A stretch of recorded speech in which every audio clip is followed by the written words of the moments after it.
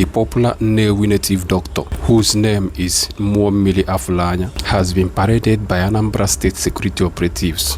They took him to his house to investigate how he made his money so quick at this his age, building billion naira mansions in his compound.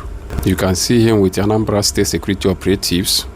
They were taking him around in his compound, investigating how the young man became so rich at this his very young age. They tore everywhere in his compound. He took them to so many places in the compound which they requested for. He also took them to the river where he performed some rituals, or where he does his spiritual work. Since Anambra State Governor Soludo returned second tenure, he initiated a move to sanitize Anambra State and get the state rid of any ritual activities, leading to get money quick syndrome in the state. Make una watch the video.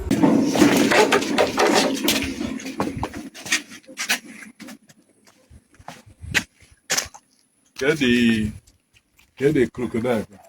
I know that boy. Boy. Huh? No, back in a day. Can I be in a day?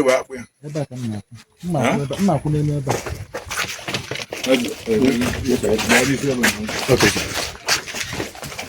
Barcelona and Soriana together.